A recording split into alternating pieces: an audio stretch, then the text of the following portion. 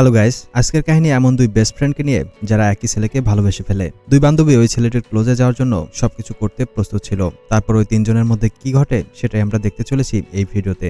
মুভির নাম the layover. তো চলো মূল কাহিনী শুরু করি। মুভির শুরুতে আমরা কেটকে দেখি যে একজন স্কুল টিচার, সে বাচ্চাদেরকে পড়াচ্ছিল। তখন সে পেছনে বসে থাকা একটি বাচ্চাকে দেখে যে পেছনে বসে একাই নিজের মতো করে বই পড়ছিল। কিন্তু কেট তাকে ধমক না দিয়ে সবাইকে বই পড়ে শোনাতে বলে। তারপর যখন ছেলেটি বই পড়তে শুরু করে তখন কেট নিজেও মনোযোগ দিয়ে তা শুনতে থাকে। তখন ওখানে স্কুলের প্রিন্সিপাল চলে আসে এবং সে কেটকে বাচ্চাদের সাথে মজা করতে দেখে ফেলে। প্রিন্সিপাল কেটকে অফিসে ডাকে। ওখানে সে কেটকে বলে, তুমি অনেক সুন্দরী আর তোমার চোখ অনেক বেশি মায়াবী, তোমার টিচার হওয়া উচিত নয়। আসলে প্রিন্সিপাল কেটকে ইনডাইরেক্টলি জব ছাড়ার জন্য বলছিল। এরপর আমরা মেঘকে দেখি যে কিনা একজন সেলস এমপ্লয়ি হিসেবে কাজ করত, আর এখন সে একটি কোম্পানিতে বিউটি প্রোডাক্ট সেল করার জন্য চেষ্টা করছে, তবে কোনো লাভ হয়নি।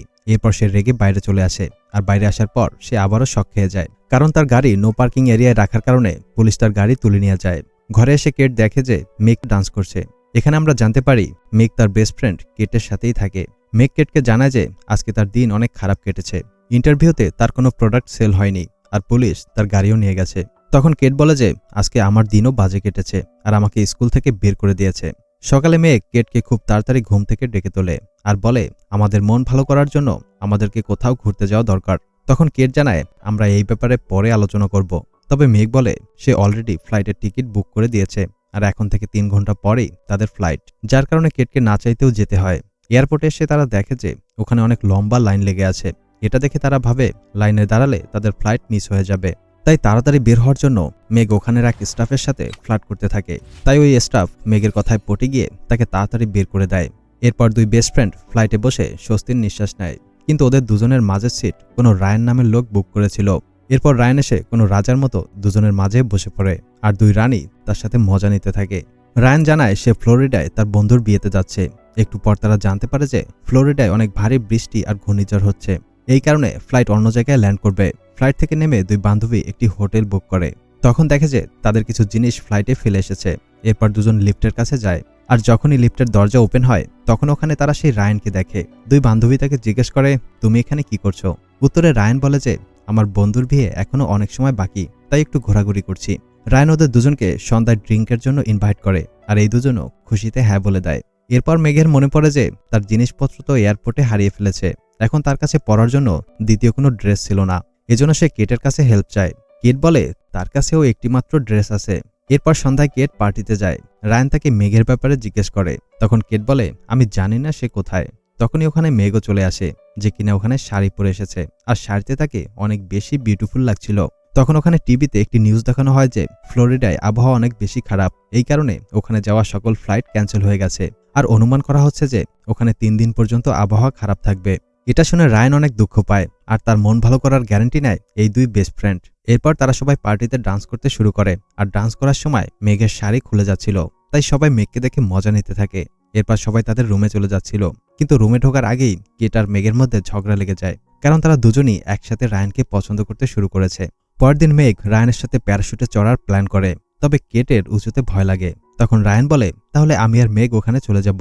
কিন্তু কেট রায়ানের সাথে মেঘকে একা যেতে দিতে চাচ্ছিল না, এজন্য সেও তাদের সাথেই যাবে। তবে অনেক উপরে যাওয়ার পর কেট ভয় পেয়ে যায়। তখন রায়ান তাকে শান্ত করার চেষ্টা করে। পরের দিন কেট আর মেঘ একটি কফি শপে বসেছিল। ওখানে তারা জানতে পারে যে রায়ান ওখান থেকে চলে যাচ্ছে, তাই দুজন তাড়াতাড়ি রায়ানের কাছে যায় আর তাকে জিজ্ঞেস করে তুমি কোথায় যাচ্ছ? রায়ান তাদের বলে যে আমি বিয়েতে যাচ্ছি। তখন কেট আর মেঘ রায়ানকে তাদের সাথে যাওয়ার জন্য বলে। তারপর রায়ানও ওদের সাথে যাওয়ার জন্য রাজি হয়ে যায়। এরপর তারা সবাই একটি ট্যাক্সিতে ওঠে। ওই ট্যাক্সি ড্রাইভারের নাম ছিল ক্রেস, যে মেঘকে অনেক পছন্দ করে ফেলে। পেছনে মেঘ রায়ানের সাথে মজা করছিল। এরপর সে রায়ানের হাতে লোশন লাগাতে শুরু করে। তবে কেটের এসব একদমই ভালো লাগে না। সে রায়ানকে মেঘের একটি বাজে ছবি দেখায়। এতে মেঘ কেটের উপর অনেক বেশি রেগে যায়। চলতে চলতে ট্যাক্সি একটি পেট্রোল পাম্পে গিয়ে দাঁড়ায়। ওখানে কেট ওয়াশরুমে যায়, আর মেঘ বাহির থেকে ওয়াশরুমের দরজা লক করে দেয়। এরপরে সে রায়ানের সাথে মজা নিতে থাকে। তখন দেখা যায় কেট কোনোভাবে ওয়াশরুমের জানালা থেকে বের হওয়ার চেষ্টা করে, কিন্তু সে ময়লার মধ্যে পড়ে যায়, আর তাতে কেটের সব কাপড় নোংরা হয়ে যায়। রায়ান কেটকে জিজ্ঞেস করে তোমার কি হয়েছে? কেট বলে কেউ ওয়াশরুমের দরজা বাহির থেকে লক করে দিয়েছিল, আর আমি ভালো করে জানি এটা কে করেছে। এরপর কেট ওখানেই তার কাপড় পরিষ্কার করে। তারপর সবাই ট্যাক্সিতে বসে পড়ে। রাস্তায় কেট রায়ানকে বলে আমার গলায় প্রচুর ব্যথা হচ্ছে, তাই রায়ান তার গলায় মালিশ করে দেয়। কিন্তু মেঘের এসব একদমই ভালো লাগে না, সে জেলাস করতে থাকে। তখন সে রেগে বিয়ারের সাথে অনেকগুলো ঘুমের ওষুধ মিলিয়ে রাখে, পরে সেটা কেটকে খেতে দেয়। কিন্তু কেট বিয়ার খেতে চায় না। তখন ট্যাক্সি ড্রাইভার ক্রেজ ওই বিয়ারের বোতল নিয়ে নেয় আর নিজেই খেতে শুরু করে। মেঘ তাকে বলে, ড্রাইভ করার সময় তোমার ঘুম আসবে। তবে ক্রেজ জানায় ড্রাইভিং করার তার অনেক এক্সপিরিয়েন্স আছে, আর আগেও সে অনেকবার ড্রিঙ্ক করেই ড্রাইভ করেছে। কিছু সময় পর রাত হয়ে যায় আর গাড়িতে সবাই ঘুমিয়ে পড়ে। ধীরে ধীরে ক্রেজেরও ঘুম চলে আসে আর একটা সময় সেও ঘুমিয়ে পড়ে। তখন রাস্তার একটি সিগন্যাল বোর্ডের সাথে গাড়ির ধাক্কা লাগে, এতে তার চোখ খোলে। এরপর তারা একটি হোটেলে এসে থামে। হোটেলের ভেতর যাওয়ার সময় কেট ওই বিয়ারের বোতল চেক করে। বোতলের ভেতর সে অনেকগুলো ঘুমের ওষুধ দেখে ফেলে। এটা দেখে সে মেঘের উপর অনেক রেগে যায় আর নিজের জন্য আলাদা রুম বুক করে। রাতে মেঘ ক্লাবে বসে ড্রিঙ্ক করছিল, তখন সেখানে ক্রেজ আসে আর কিছুক্ষণ কথা বলার পর ক্রেজ ওখান থেকে চলে যায়। অন্যদিকে আমরা কেটকে দেখি, যার কাছে রায়ানও ছিল। রায়ান বলে সে অনেক সময় ধরে তাকে খুঁজছে। এরপর দুজন কোনো কথা না বলেই রুমের মধ্যে চলে যায় আর দুজন অনেক ক্লোজে চলে আসে।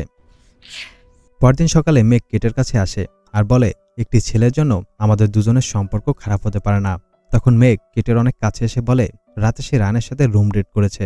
কেট এটা শোনার পর আবারও ওদের দুজনের মধ্যে ঝগড়া শুরু হয়ে যায়। তখনই ক্রেজ ওখানে চলে আসে আর বলে যে রায়ান বিয়েতে যাওয়ার জন্য আমার ট্যাক্সি চুরি করে পালিয়েছে। তখন অনলাইনে ক্রেজ একটি পোস্ট দেখতে পায়। ওখান থেকে সে জানতে পারে যে রায়ান অন্য কারো বিয়েতে নয়, বরং নিজেই বিয়ে করতে গেছে। এরপর দুই বেস্ট ফ্রেন্ড গিয়ে পুলিশের কাছে কমপ্লেন করে যে রায়ান তাদের দুজনের লাইফ খারাপ করে দিয়েছে আর এখন সে কোনো তৃতীয় জনের লাইফ নষ্ট করতে যাচ্ছে। কিন্তু পুলিশ ওদের কথায় কোনো অ্যাকশন নেয় না। এরপর দুই বান্ধবী বিনা দাওয়াতেই রায়ানের বিয়েতে হাজির হয়, কিন্তু ওখানে তারা যাওয়ার আগেই রায়ানের বিয়ে হয়ে গেছে। এরপর রায়ান যখন ওদের দুজনকে দেখে তখন সে পালাতে শুরু করে। তবে শেষে তারা দুজন রায়ানকে খুঁজে বের করে ফেলে আর জিজ্ঞেস করে, তুমি আমাদের সাথে এমনটা কেন করেছো? তখন রায়ান বলে, এতে আমার কোনো দোষ নেই। তোমরা দুজন মিলেই আমার সাথে ফ্লার্ট করছিলে, আমি নই।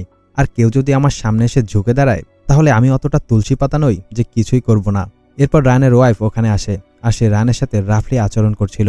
তখন কেট আর মেঘও ওখান থেকে চলে যাচ্ছিল। মেঘ এসে ক্রেসকে কিস করে আর কেটকে বলে, এখন থেকে আমাদের আলাদা থাকা উচিত আর আমরা আগের মতোই বেস্ট ফ্রেন্ড হিসেবে থাকব। এরপর দেখা যায় কেটের স্কুলের প্রিন্সিপাল তার প্রমোশন করিয়ে দেয়, কারণ কেটের পড়ানোর স্টাইল প্রিন্সিপালের আগে থেকেই পছন্দ ছিল। মেঘ আর ক্রেজের মধ্যে প্রেম হয়ে যায় আর শেষে কেট আর মেঘ আবারও একসাথে থাকতে শুরু করে। আর এই হ্যাপি এন্ডিং এর সাথেই এই মুভির গল্পটি এখানেই শেষ হয়ে যায়। ফুল মুভি দেখতে চাইলে ডেসক্রিপশন থেকে টেলিগ্রাম চ্যানেলে যুক্ত হতে পারো। ভিডিওতে লাইক করে দাও, গল্পটি কেমন লেগেছে কমেন্টে জানাও। আর এরকম দারুণ সব মুভির এক্সপ্লেন দেখতে চ্যানেলটি সাবস্ক্রাইব করতে ভুলো না। কথা হবে অন্য কোনো গল্প নিয়ে, ততক্ষণ পর্যন্ত আমাদের আগের ভিডিওগুলি উপভোগ করো। Good bye.